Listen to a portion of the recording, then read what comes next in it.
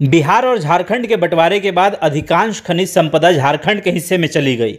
हालांकि झारखंड की सीमा से लगे राज्य के कई जिलों में अलग अलग तरह की खनिज मिलती हैं। शायद आपको पता होगा कि भागलपुर जिले के पीरपैंती में कोयला का भंडार है। शायद भागलपुर जिले में पीरपैंती कोयला खान के ऊपर की मिट्टी भी सोना है। वहीं अब उच्च कोटि का वर्ल्ड क्लास टाइल्स क्ले भी मिला है, जिससे उच्च गुणवत्ता वाला टाइल्स बन सकता है। इसको लेकर खान एवं भूतत्व विभाग व्यापक कार्य योजना तैयार कर रहा है। वहां टाइल्स इंडस्ट्री लगाने की योजना है। इंडस्ट्री लगाने के लिए खान एवं भूतत्व विभाग उद्योग विभाग में संपर्क कर रहा है। इसके सहयोग से वहां टाइल्स यूनिट लगाई जा सकती है। वहीं अगर किसी कारण से वहां उद्योग विभाग की मदद से ऐसी इंडस्ट्री स्थापित नहीं हो सकी तो खान एवं भूतत्व विभाग स्वयं इसकी पहल कर सकता है। लेकिन इसमें कितनी सच्चाई है ये बता पाना मुश्किल है, क्योंकि इससे पहले बिहार में कहीं सोना मिलता था तो कहीं पर कोयला। लेकिन अभी तक उनका क्या हुआ ये सबको पता है कि बिहार में अभी तक इस पर कोई पहल नहीं हुआ है।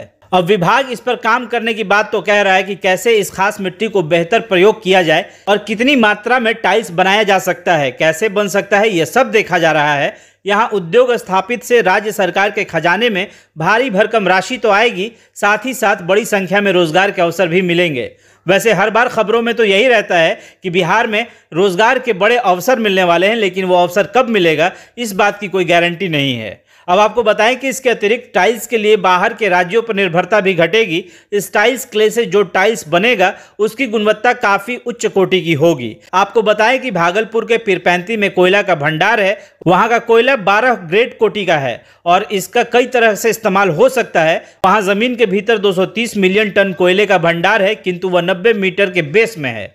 खान विकसित होने के बाद प्रत्येक वर्ष 60 मिलियन टन कोयले का खनन किया जा सकता है। इसके नज़दीक मिर्जापुर में भी 200-300 मिलियन टन कोयले का भंडार मिला है। वहां खनन के लिए अलग से कार्य योजना तैयार की जाएगी। आपको बताएं कि पीरपैंती में जहां जमीन के नीचे कोयला का भंडार है उसके ऊपर मिट्टी की मोटी परत है, जिसकी जांच में यह पता चला है कि वह मिट्टी उच्च कोटि का टाइल्स क्ले है। यहाँ इसका फैलाव 85 वर्ग किलोमीटर में है। इसके दायरे में 86 गाँव आते हैं।